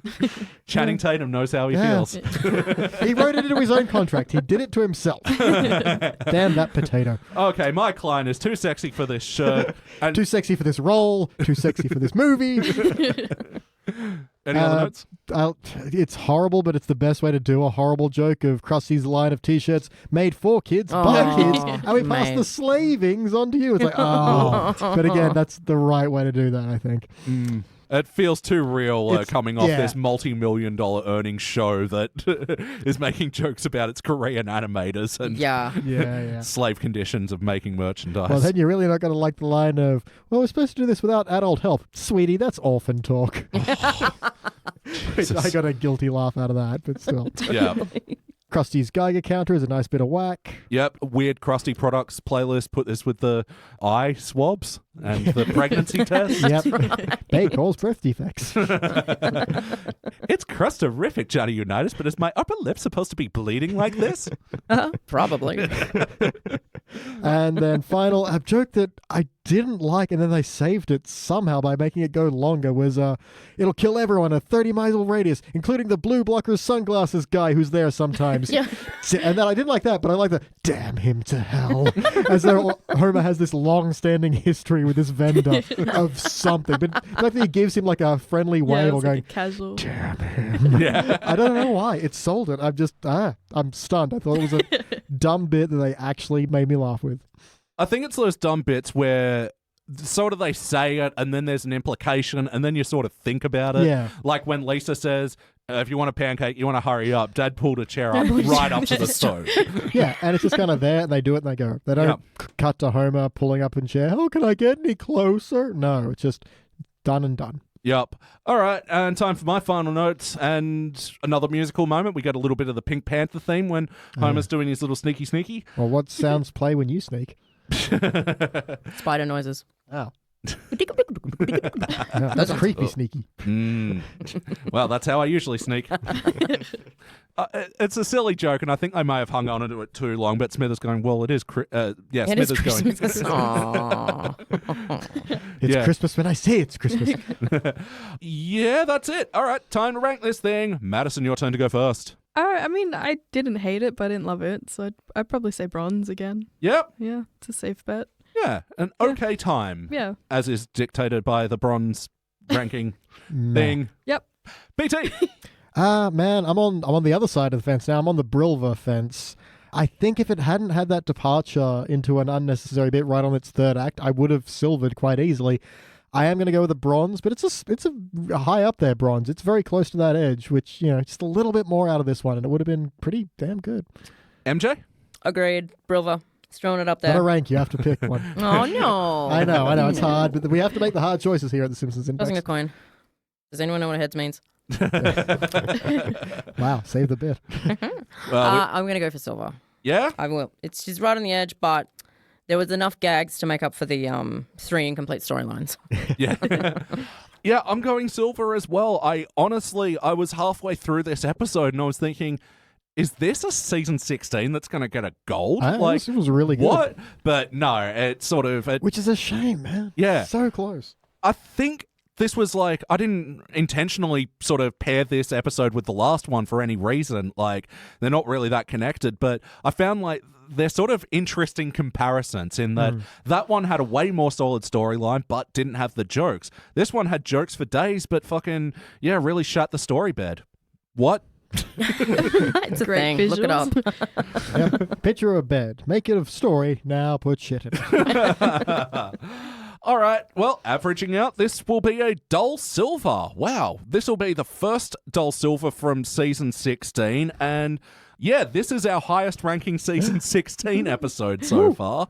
Nice. But it'll be joining other such dull silvers from the teens era as I Annoyed Gruntbot, where Chief Knocker-Homer. Yeah, I remember that. Yep. one. Yeah, that's a good one. The Old Man and the Sea Student, which we reviewed with Jordan. That's when the Olympics comes to town, but then they don't because Bart fucks it up. Yeah, Springs. Yeah, Not Springy. Yeah. Springy, Oh, the good. Springfield Spring. Yeah, didn't get any gold, but it got some so-so silver and a shameful bronze, averaging out to a dull silver. Yeah, some of our highest rated HD era episodes as well. 500 Keys, where there's like a bunch of keys, not quite 500. Toot. Nedliest Catch, when Ned and Edna hook up. It's, I think, an appropriate rank for this one. Well done, though, for this episode. Yeah. Proof it's never too late to stop sucking.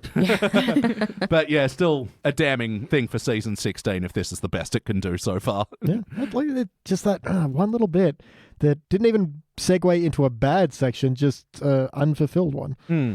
And unfulfilled is better than bad. All right, now it is time for our classic era episode, and we're going to the tail end of the classic era now, where we are going to review Lisa the Skeptic. Do anyone of you know what this is, just based from title alone? We'll give someone else a chance to guess, because I know that you do. It's going to have to be the freaking Concrete Angel. Yeah. So we're going to go see the angel. We'll be back. Pick me, I'm ever so smart.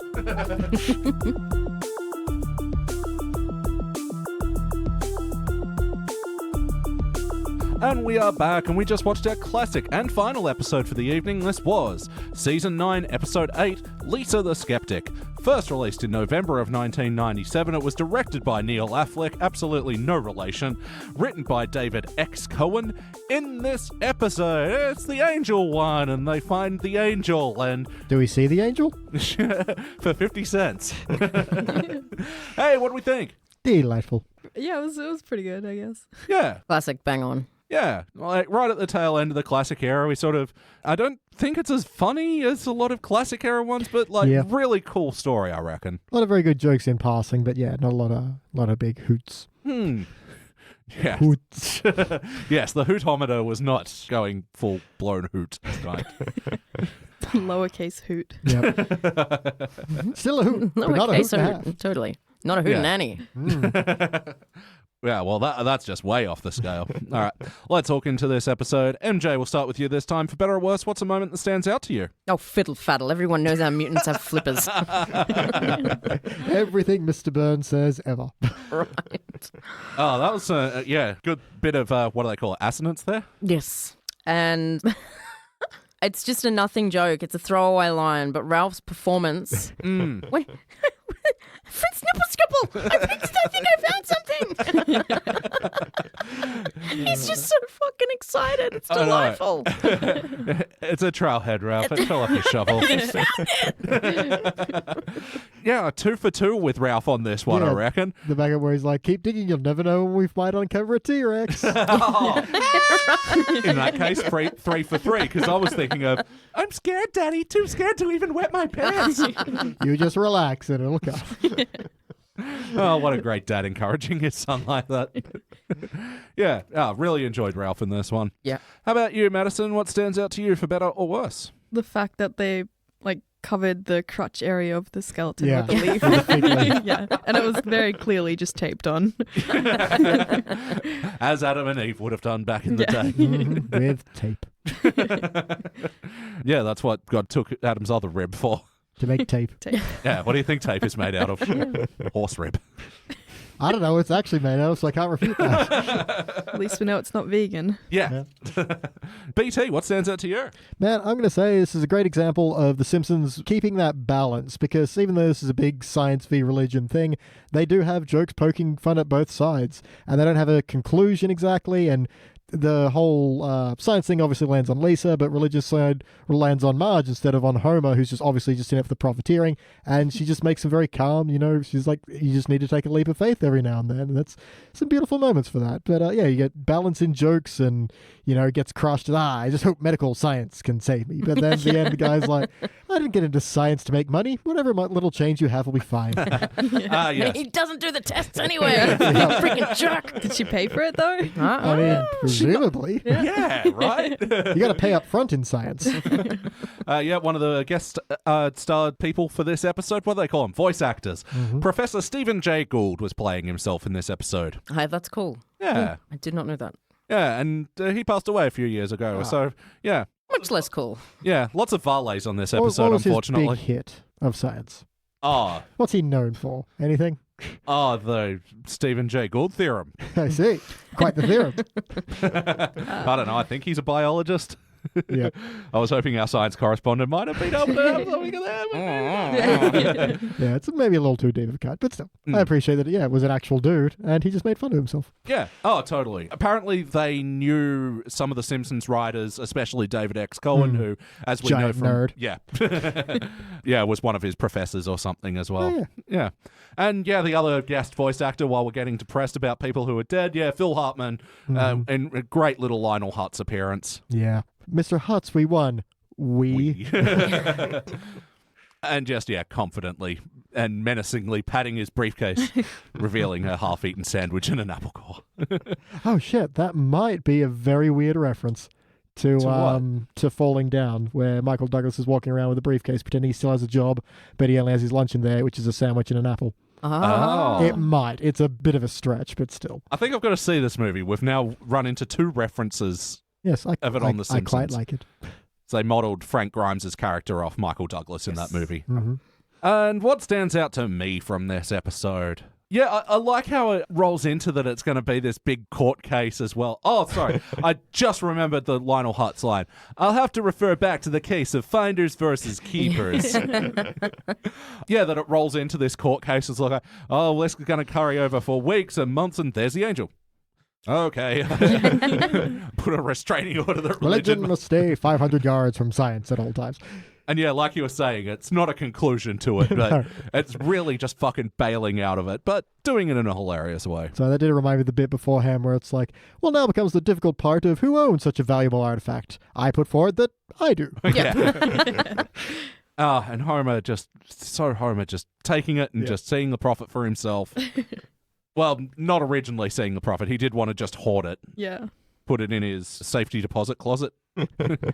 Which contained, oh my goodness. Yeah, many see, references. Let's see if we can list them. His boxing gloves, his space helmet. We have got the Itchy and Scratchy Heads Yep. from Itchy and Scratchy Land. We've Some got Billy Beer. the Mr. Plow jacket, Yep. A Grammy. a Grammy, yes. That'll never appreciate. Just a sparkle thing. Oh, yeah. Fish bulb. You mean this? Wrong foot, you fucking idiot. They're on board. This? The one time my socks come in handy, ironically. Then my socks are handy. Oh, right, Ba-dum. yeah. Usually they go on footy. Yeah. Yeah, I've got to go now. So Play count. How many times before tonight have you seen this episode? I think once. Oh, once. Yeah. Easily a dozen. Many? Yeah. A lot. Still blends into one, to be honest. Little Yeah? bit. Yeah. All of life's a blur. Yeah, this is definitely after I'm like videotaping them, but yeah, still with syndication and with not doing much in my youth. Yeah, Yeah. Still managed to clock in a few views of this one. So was this a particularly wacky episode of The Simpsons? The Pope on a deck chair is pretty funny. Oh, was he? Yeah, again, it didn't call any attention to it. There's a lot of jokes like that. What am I saying? There's the great one with the whale in the museum just hanging from the ceiling. There's so many lifelike. moments like that Yeah. in this episode. Oh, and when they are like doing the mob on the museum and Mo gets crushed by the mammoth tusk and he like gets crushed doing the splits. Oh. It's wacky, let's put it that way. So Comey gets pulled in for 235 parking tickets valued at $175 total. It's $1.34 a parking ticket in Springfield. Of course you'd park wherever you want. Yeah. Was that, really worth them as well? I suppose they got their money. And they damaged his good boating arm as well. Yeah. Could have sued them. Totally. Yeah. They did arrest Now and, where is my boat? they did arrest and beat him to the full extent of the law. So again, Springfield laws, pretty weird. What I really appreciated about this episode is how it really planted the seeds and then also picked the fruits of those seeds. Yes. I know how gardening works. In that, they brought back later when Homer and Marge are just watching TV and Kemp Brockman's like, and a bunch of stupid people got suckered into a police boat sting. And I was like, sounds like good watching. Yeah. Short-term memory loss. Mm-hmm. It's always funny when it's happening with someone else. And if it's on TV, it must be someone else. Yep. So any other notes of wacky? The Neanderthal in Lisa's kind of imagination looks and sounds exactly like Homer. That also wouldn't explain how he also has his arms crossed in front of him. Damn it, Lisa, come on. But also an angel skeleton. Yeah. At this point, she has nothing to refute it. Yeah, that's true. You know? Earlier we discussed what is tape made of. I can't prove what, I don't know. Could be anything. I have my suspicions, but... There was the implied wackiness of Principal Skinner. Remember how I found that scorpion in my applesauce and I didn't sue? I'm calling in that favor. And he does the great little stare out the, slats I knew of the this window. day would come. The shading on that's beautiful. Yep, playlist of Skinner staring out the window for... Skinner's Vietnam memories. Yep. Yeah. Or having that imaginated conversation with his mother. Or maybe it isn't imaginary. I don't know. Yeah, what are some other wacky things? You're the most paranoid family I've ever been affiliated with. Oh, yeah, I was going to say about like paying off the episode. Yeah, dropping in that the mole was happening this early in the episode as well, as they're going to the police, like just subtly planting in that seed that this is a thing so that when the big reveal does happen as the end, yeah, that was happening. A mole. Yeah, they dazzled you with angels and stuff, and really misdirected that one. It's good writing. Definitely good writing. Yeah. And during the mob scene as well, they decide to burn down the Christian Science Center. That's cold. Nothing like a Springfield mob to hit the wrong things. Yeah. Actually, MJ, last episode we did the Metallica one. James Hetfield, the lead singer, his parents were Christian Scientists. And one time as a kid he broke his arm and they just prayed it better. Damn. Yeah. That's messed up. I think he did. Several. God, that failed. Yeah. Really much sadder. Well, that's the thing we have not discussed yet. Was it the angel of peace? Or was it the angel of mercy? Huh? Who am I going to meet out behind the bike sheds? I mean, it could be me if you like, because I have a Jordan's Theological Corner. Oh. Angels don't look like that. According to the Bible, they are weird looking. They're like intersecting flaming rings and stuff. They don't have human form at all. That was Renaissance paintings. Oh. So, freaking fake Christians who don't even know their damn Bible. Learn the text, If you listen to the Night Vale podcast, they're all 6-foot African-American folks all named Erica. Yeah. Oh, wow. It depends who you ask. But I was going to ask, is this another one of those Game of Thrones things where they're not actually dragons because dragons have separate arms? Because they're wyverns, wyverns, obviously. Yeah. But an angel with a skeletal form as well. Meh. Yeah. That just happens to be encased in concrete Yeah. for ease of transportation. They like to take concrete naps. Yeah. I do think it was really cool how they did frame this story around Lisa against the elements and the town of Springfield, who are so ready to believe in this. Yeah, for sure. And I like even the conclusion where, Lisa's all, see, I told you. Marge's like, well, when that angel started speaking, you did squeeze my hand pretty hard. She's like, well, it was so thanks for squeezing me. Yeah. Which, it's the old, there are no atheists in foxholes kind of thing. Huh. Yeah. It's an expression. I didn't make it up. I actually like that moment there in between, like the relationship between Marge and Lisa. Lisa saying, I feel sorry for you, Mom. And Marge just looks so sad. Yeah. Oh. She just looks so sad. My Strong poor back little and girl, forth. she's got no faith. No, it's a. She's from the South. Obviously. Well, still not sure where the Simpsons are from, but Yeah. maybe in this episode, yeah. Yeah, all tying into the heart of this episode. Yeah, framing this argument through the lens of Lisa and Marge, who, if it was Lisa versus Homer, it'd be like, Homer's wild and would believe anything, and Lisa's just going to be frustrated going up against her. But because it's Marge, someone that she really respects, you feel the disappointment from both sides in this. Yeah, and I think it works really well. And I really like Marge when she's getting the kids all dressed up. She just goes, sweetie, I don't know what's going to happen tonight, but I'd really like us to make peace before then. Yeah. It's like, oh, come on. Yeah. Oh, come on, Lisa. just all right. Take an angel glow stick and suck it up, princess. Well, you can't even get into heaven without one. That's right. Yeah, any other notes to say on the heart of this episode? See the angel. It's our angel. Next to the rakes. Although if you look if you look closely, you'll notice he never uses the word angel once. So it goes, what about there? That's a typo. Did he meant to write angle? I actually saw that on Tinder the other week. Yeah, someone had put their name as Angle, and I was like, oh, bless. I could be your angle or your devil. That's not acute. So ultimately, though, did this feel like an episode of The Simpsons? Were the characters behaving like themselves? I mean, it's another apocalypse. There's rioting in Springfield. Yeah. Yeah. Ooh, although, integrity break, Mo is a Christian again in this episode. He's a snake handler. He was born a snake handler and he'll die a snake handler.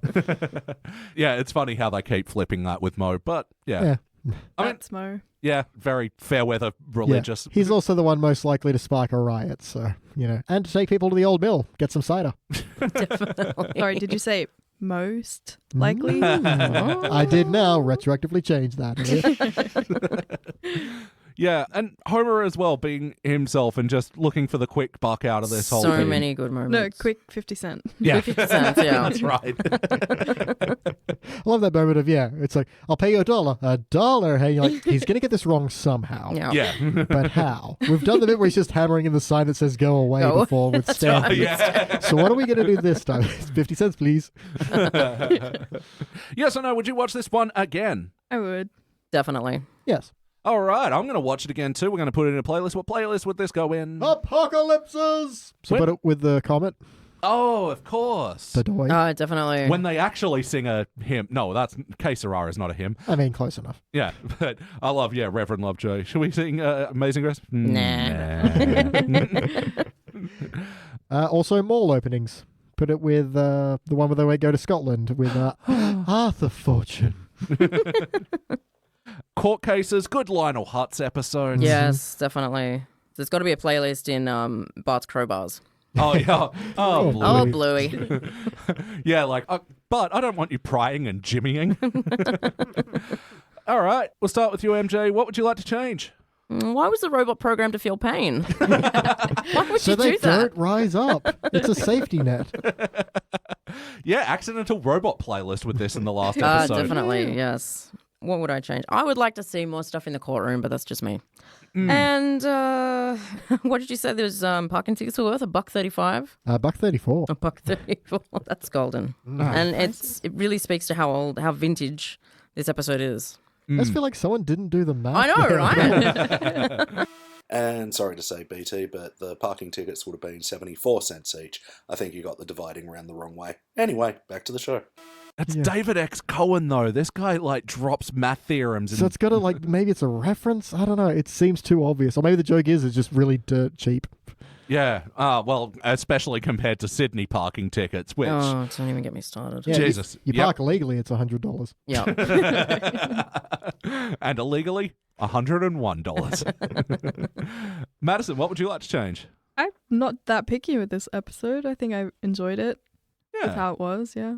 Yeah, it's very boring of me to say, but Well, Yeah. no, I mean, tagging on from that, I just feel very underqualified to rewrite this one in any meaningful way. Like, yeah, I agree that the courtroom scene could have been expanded and a bit more to that, but then, yeah, we take away a lot from Marge and Lisa, and that's some of the gold in this episode. How about you, BT? Yeah, I don't think I have anything major I want to correct. Just, explain your parking structure. This Fines is to the me. one big Fuckers. fucking hang-up of this I episode. want to know, is it really meant to be that cheap? What are you up to, David X. Cohen? at least Homer would have made the money back. Oh, No, yeah. for sure. Episode, yeah. All right, well, then we are here. MJ, do you have any other notes? I would like some kind of proof that leprechauns are actually extinct. Do you see any now? I call bullshit on that for a start. First of all, they live in Ireland, so of course it's not in Australia. And I reckon Lisa being on Smartline 13 times is a bit of an underestimate. She's just so comfortable to be there. Yeah, Yeah. It's gold. first name basis. Yeah. BT, any other notes? Yeah, let's see. I got a couple. Let me through. I got here late. And then facts. You can use that to prove anything that's even remotely true. Fucking Homer in this episode and the commercial break when they do discover the angel. Now that's interesting. Glorious. And then just finally when the angel's descending down the hill and just gets stuck on the tree and guy with the stick just pokes it out. It's like they That's knew actually that would one of my favorite moments out of this whole episode is the thump that it makes when it hits the mall. See, that's good Foley. That's good foley right there. It's time for my final notes. I didn't like it. The mast had termites in it. Why would a motorboat have a mast? I loved Jimbo Kearney and Dolph's little call and response little work take song. me home. Dig me, Yeah. oh. Gonna put a nerd in it. Gonna put a nerd in it. Gonna take a fire cooker. Never got the last line. Yeah, it's the suspense. And later on we do get Milhouse and Bart filling up Martin's pants with dirt. Oh, look, I found a rock. Oh, it was a clump of dirt. Still, heart's going a mile a minute. I better sit down. Oh, bless your socks, Skinner. Oh, you use the amnesia ray. You mean the revolver? Yes. Yeah. Better use it on yourself afterwards as well. Agnes. Angus is the Means lamb. Lamb of God. Angus is the steakhouse that they're talking about later in the Yes. episode. Agnes, when she first comes to the Simpsons house to see the angel, she's going in for foot surgery. I hope it went well. Well, yeah, she was back on the hill later on in the episode. So, Yeah. Running around as well. but I think she needed teeth surgery because she didn't have any teeth in this moment. I found it so unsettling. Got to put her dentures in. I suppose, but ugh. Getting old. Yeah. Buzz off, peg leg. Well, how did the angel go there? I didn't write up on no zebra. Mo had some great lines as well. yeah. Why don't you stop telling us what it ain't and start telling us what it am? And yeah, that's about it. Time to rank this thing. It is Madison's turn to go first. I'd say a silver. Mm-hmm. Solid silver. All right. Yep. Put silver and make it solid. Yep. Thank you. Yeah. MJ? I'm gonna have to make it a gold. Gold standard? Yep. Go. And I'm torn. I don't know. Yeah, I know the feeling. I'm gonna go gold or I'm gonna go silver. Interesting. But I might go gold. It's fair. Fuck, I hate my own rules that I can't split rankings right now. No, look, I'm going to default to a gold just because it has a lot to say this episode. It's not that heavy on the jokes is why I want to ding it down. Like, it was fairly laughless in the room when we were watching it, but, I mean, I actually find the episodes that I do end up giving gold, like the satisfying story ones for me, even though they aren't, like, super uproariously funny. BT. Yeah, I'm on the same kind of fence, man. Because, yeah, it was a good ride, and the laughs that were there were very good. Again, most of them are just these little passing moments, which really make an episode just a lot of fun to watch, but then you don't really remember them later on. I'm going to go with a silver, just because, yeah, it doesn't have, the golds are the ones we give those that are excellent, but they're just not quite cracking that upper tier of, near perfection or better. So I'm, silver. It's a good silver. It's a very reliable silver. You Yeah. could... Whatever people make silver out of, you can make that with... Solid, you would say? I mean, I didn't want to repeat Solid. I'm fine. It's not copyrighted. Yeah, it feels unoriginal. It's my own standard. I'm doing it to myself. Well, it didn't really matter which way you went with that one because it was going to be a dull gold anyway, because when we get 2 golds, 2 silvers, or any rank like that, we average up because we are nice. Well, I am at least. Yes. So other episodes that have gotten the split ranking of 2 golds, 2 silvers to make a dull gold, the recently reviewed Simpsons 138th episode Spectacular, which is the best clip show. Yeah. Yeah. But still a clip show. Still a clip show. Can't give it full marks for being a clip show. Treehouse of Horror X. I have no fucking memory of what was in that one. Right. That would have been like season 11 as well. Yes, it would. Oof. Tennis the Menace, where they get the tennis court. And the best ranked episode from the HD era, season 20's The Good, the Sad, and the Drugly. Long may it rain. Yeah, I don't see any episode toppling it. Maybe The Food Wife, the one I mentioned before, where they go to the E3 and then Marge takes them to an Ethiopian restaurant and then they become food bloggers. And they're all fun mom. Yeah, that's right. Yeah, that was pretty good. Well, yeah, that about does it for the Simpsons Index for this week. Thank you for joining me, guys. But before we get out of here, we'd just like to briefly talk about things that we've been into lately. Books, TV, film, music, movies. What are other things? Podcasts. Video games. Don't tell them there are other podcasts. That's dangerous. BT, what are you into? Man, I'm going to throw a quick recommendation to a YouTube series called What Happened by a guy called Matt McMuscles. Basically, he mostly does video games, but he has stretched out into films as well, basically going through how did this all go so very, very wrong. And it's pretty fascinating. And then I just remembered the thing I did want to recommend above that, which is Yahtzee's Dev Diary, which is Yahtzee Croshaw from Zero Punctuation. He's also a game developer, and to try and kick his own, motivation into gear, he's given himself the task to develop 12 games in 12 months. Oh, Jesus. Wow. Yeah, so they're mostly, pretty simple, straightforward, but he's still doing all of them. He's about 4 in at the moment, and it's, as someone who's played video games a lot but doesn't really know how they're made, he gives little bits of insight on how that works and the ideas and the process and what ideas didn't pan out and what did, and yeah, it's fascinating stuff. And then you can download and play them when he's finished. So, wow. Yeah. That sounds really cool. Yes. Just jumping back to the YouTube show you mentioned before, was that the one you mentioned the other day when we did... Yes, it was. Yeah, just throwing that out there Oh, as sorry. well. That was a bit. My apologies. Take 2. Oh, no, it's fine. Recently, we were on a podcast called One Good Thing where we made their polls watch Mortal Kombat Armageddon. Annihilation. Fuck. Mortal Kombat Armageddon was the game. Yep. Mortal Kombat Annihilation, and I absolutely delighted in the experience. And you had fun too. It's a fun watch, but my God, the mistakes. The mistakes are wonderful. So yeah, check out our appearance on that. It was good fun. One Good Thing podcast. That's another podcast that's allowed to exist. Yeah. There's only 2 in total. Yeah. Only the ones that we have or the ones that we've We've appeared on. And only those episodes. Yes.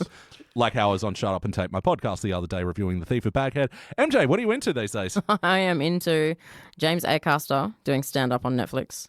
Oh, I've seen that pop up. Is it good? It's fucking hilarious. You will laugh your ass off. And then think about it, and then, fuck, that guy's funny. And, of course, Enter the Flopus, in case it doesn't need to be said. Enter the Flopus? Invader Zim. The Invaders Zim revival on Netflix. That was good. I recommend it. Yeah. I've heard it's not. No. I've heard mixed things about it. I thoroughly enjoyed. Did you watch it yet? I have not got to it yet. I was a little scared after Danny panned it. Yeah. It's a big part of my childhood. Yeah. Still got them DVDs kicking around somewhere. I have a signed DVD by Richard Horvitz, Oh, wow. who I met at Supernova. So, yeah. I know this story, but yeah, I was just standing in for the audience there. Oh, wow. I know. I know an audience so well when I hear it. Well, yeah, because I recently recommended the Rocco's Modern Life revival thing. That I thought that was spectacular. Yeah, right. I will give that a look. And how about you, Maddison? What are you into? Just the Cats trailer. No. Oh, God. I finished watching The Boys. Oh, You how heard is it? that? Fantastic. Really? It's 'Cause amazing. Every time I saw that trailer, I was just like, that looks fucking terrible. Like, I didn't watch any trailers or anything. I just Okay. went straight in, and I was like, damn. Oh, Yeah. cool. Yeah, it's pretty different. I don't want to say Okay. much about it because then, like, everything's a spoiler. But yeah. Fair. Well, yeah, I do have an Amazon Prime account now, so yeah, that'll justify it at least. Yeah. That'll do it. So do I. Yeah. Yep. Was that the sound of the FBI arriving? I really got to go this time. You can hear Will Arnett. All right, and yeah, what I've been into. Just going to throw recommendations for 2 albums that probably anyone who's into this music would have heard already. King Gizzard and the Lizard Wizard. Oh my god, what a band. They are like genreless, and they have done it fucking once again. Their last album was this like blues boogie fucking, it's called Fishing for Fishies, and the song that's titled after is as cute as that. But then for this album, Infest the Rat's Nest, they go full thrash metal, and it's fucking amazing. I never saw it coming out of them, but yeah, I went to see them earlier the year. They did most of their like sort of prog rocky stuff, and then they ended the show with 5 songs off this album, and mwah. Perfect throwback to old like Motorhead and Slayer and Testament and bands of that ilk. But yeah, also at the same time, I think it's an interesting comparison because I've been listening to that, and I've also been listening to Tool's new album, which I am enjoying. I think its biggest sin is that it's a bit derivative of Tool. Is that a problem? Like, you get what it says on the label, but then you go with King Gizzard, who just fucking change everything every album. So if you like predictability, Tool. If you don't like predictability, King Giz. King Giz and the Liz Wiz. Oh, it's the fucking worst name, but god damn, I love them. Yeah, they really are great at terrible names. All right, yep, that does it for me, and thank you, Maddison. Cool, thanks. Thank you, MJ. Thanks, kids. And BT, thank you. Ahoy. And that's been me, your host, Elliot Jay O'Neill, and that's all the mustard in the house. Thank you for listening to the Simpsons Index podcast, which is also an online spreadsheet available at thesimpsonsindex.com. You can chat to us online at facebook.com/thesimpsonsindex or at Simpsons Index on Twitter and Instagram. And now please stay tuned for the bonus scenes! All right. Stretches. Don't want to strain a podcasting muscle. No. It'll be in a cast for weeks. Very good. I stumbled into that pun. Love it when I do that. All right, I need a couple of seconds. Oh, we've already done the question with both of you guys. So, you like stuff? The other question. No, I don't. I hate stuff. That's interesting. Yeah. What do you do all day? I sit in a chair and just wait. Okay. I'm glad we called you. She's secretly Chuck Norris. Oh, the Pope. Sitting Keep in a an chair. Keep an eye on it. Megan Mullany and Chris Maloney eat baloney. Maloney On a baloney. pony. My No idea what's saddle. No early hip hop, whatever that is. Early 90s, late 90s. R&B. Oh my god. Bleh. Talk more about genres I know nothing about. Sorry, have you seen what Sheridan sent you on Facebook 14 minutes ago and you probably haven't checked your phone like a obsessive weirdo? Just a guy pointing at a whiteboard that says, people with beards are just people without beards with beards. Facts. Nice one, Sheridan. Facts, schmacks. You can use facts to prove anything. Yeah. Nice one, Sheridan. Why don't you come on the podcast again? We miss you. Mate of mine just sent me some more jokes about Flume. Did you guys hear about Flume today? What did Flume do? What's Flume? Oh, I thought you'd know this one. An artist. Producer? He's a musician man. Yeah. But what did he do? Why are people mocking him other than his stupid name? He was doing a set at Burning Man, and someone had a sign held up that said, "Does Flume eat ass?" And so then he ate ass. He ate a donkey? Sure. Wait, on stage? Yeah. Ah. Whose? They say it's possibly his girlfriend, Okay. but it's unverified because it was just her ass. Just. Wait, how do you just?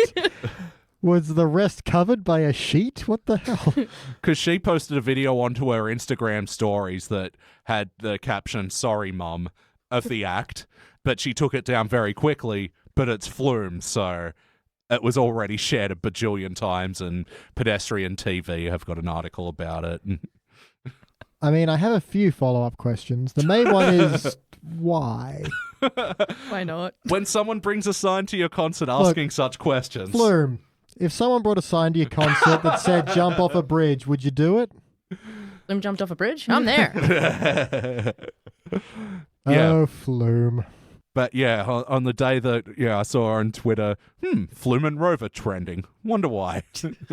Flume ate ass, and it turns out that it's confirmed that Rove still sucks ass. Oh. Why are we giving Rove a hard time? He's not been in the public eye for a long time. That's true. You didn't hear? No. What's he done? He was ate on ass on TV. Only in the metaphorical sense, because he started up a new show called Saturday Night Rove with the intention of bringing back Saturday night entertainment. Okay. And Notable but terrible. Cancelled after 2 episodes. Oh, no. Right. That's sad. But he himself didn't do anything awful. Well, As in this day and age of cancellation, you can be cancelled for a lot. yeah, To be cancelled because your show isn't very good is the least of your concerns. that's true. That's the least offensive. Yeah. It's impressive, honestly. Yeah. Yeah. What'd you get cancelled for? Not being very good. Oh my Nice. god.